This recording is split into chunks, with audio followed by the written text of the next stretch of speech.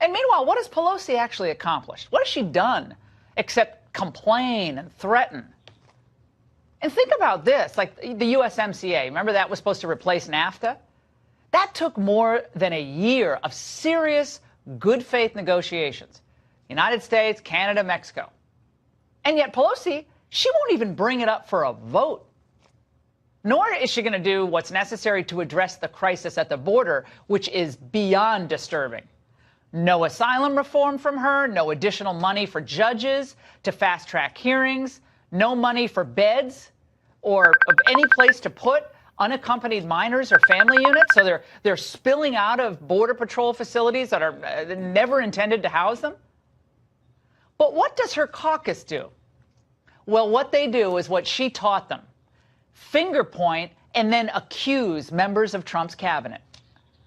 At this point, with 5 kids that have died, 5,000 separated from their families, I feel like, and the evidence is really clear, that this is intentional.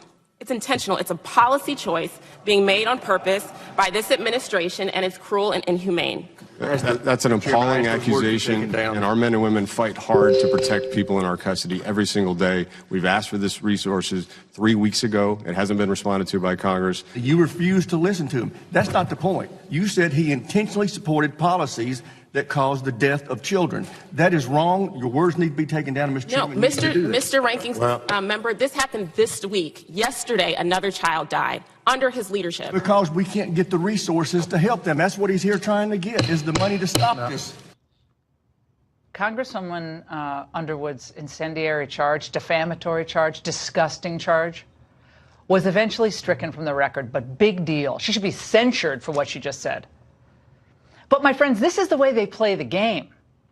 They bemoan the human crisis that their lack of action created. And then, this gets even better, they spew poison and lash Trump officials who are operating under the law that they refuse to change or reform. And I disabuse you of this notion that the Democrats actually really, to their core, care about what happens to these kids. If they did, they would allocate the money without question for beds and facilities to take care of these children who came no fault of their own. But just like they don't care about really working with the president in good faith on infrastructure, they don't really care about those kids. Instead, what do? They pour on that false piety, and we have the market cornered on compassion and tolerance, as they do impromptu psychoanalysis of the president, like Pelosi did twice after the aborted meeting today. For some reason, maybe it was lack of confidence on his part, that he really couldn't match the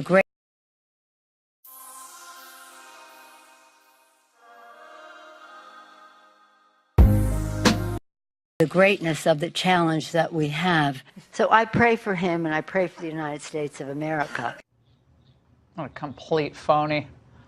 She should save some of those prayers for herself and her caucus, because voters in this country are not as gullible and they're not as stupid as Democrats think they are.